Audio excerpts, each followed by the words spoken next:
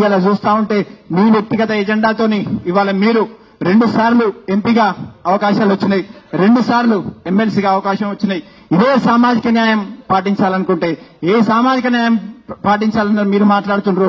ఇవాళ మీ దగ్గర ఉన్న వాళ్ళు ఎవరికి సామాజిక న్యాయం ఉందో, మీ దగ్గర ఉన్న వాళ్ళు ఎవరికి సామాజిక న్యాయం అయింది, ఇవాళ రాజకీయంగా వారి భవిష్యత్తు లేనిది ఎంతో మంది తెలంగాణ జాగృతి నాయకులు ఇవాళ ఎక్కడెక్కడికి పోయినరు. ఇవాళ మీరు తీసుకున్న నిర్ణయం వల్ల అందరూ కూడా చాలా బాధతో ఉన్నారు.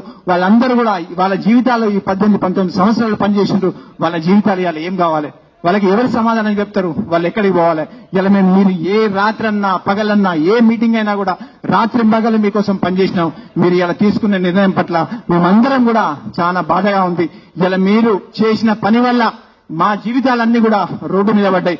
ఇలా మా జీవితాలన్నీ కూడా మేము ఆలోచన చేసుకోవాల్సిన పరిస్థితి ఏర్పడ్డది. కాబట్టి మీరు ఏ నిర్ణయం మీరు చెప్పిన అన్ని కూడా పనిచేసి మీకు గౌరవంగా మర్యాద ఇచ్చినాం. కానీ మాకు దక్కవలసిన మర్యాద కానీ మాకు దక్కవలసినటువంటి ఏ విధానాలు కానీ మాకు దక్కలేదు. ఇలా ప్రతి ఒక్కరు కూడా గుండెల్లో బాధ ఉంది, ప్రతి ఒక్కరు కూడా ఆలోచనతున్నారు. ఇంకా చాలా మంది జిల్లాల నుంచి రావాల్సినది రాలేకపోయినారు. వాళ్ళు కూడా ఆలోచనలో ఉన్నారు. ఇలా ఏం చేయాలి మేము, ఇలా మేము మొన్నటి వరకు ఇక్కడ పనిచేసినాం, ఇలా మా పరిస్థితి ఏంది, వాళ్ళు ఇలా బాధతో వాళ్ళ కుటుంబాలతో చర్చ చేస్తా ఉన్నారు, వాళ్ళ కుటుంబాలతో బాధపడుతున్నారు. ఇలా మా అందరినీ కూడా నని రోడ్డు మీద నిలబెట్టి మీరు ఇలా వేరే ఇలా బీసీ విషయం మాట్లాడుతా ఉన్నారు. అసలు తెలంగాణ జాగృతి అనేది పక్కన పోయింది.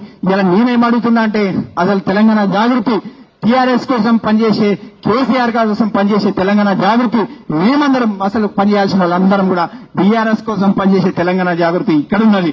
మీరు ఎవరి కోసం పనిచేస్తుండ్రు, ఎవరి ఆశ కోసం పనిచేస్తుండ్రు, ఎవరి ఆలోచనల కోసం పనిచేస్తుండ్రు మాకైతే తెలియదు. కానీ అక్కడ పనిచేసే జాగృతి నాయకులు ఎవరి కోసం పనిచేస్తుండ్రు మాత్రం మాకు తెలియదు. మేము ఇక్కడ మాత్రం బీఆర్ఎస్ కోసం కేసీఆర్ గారి కోసం పనిచేసే జాగృతి నాయకులందరం కూడా ఇక్కడ ఉన్నాం. అదే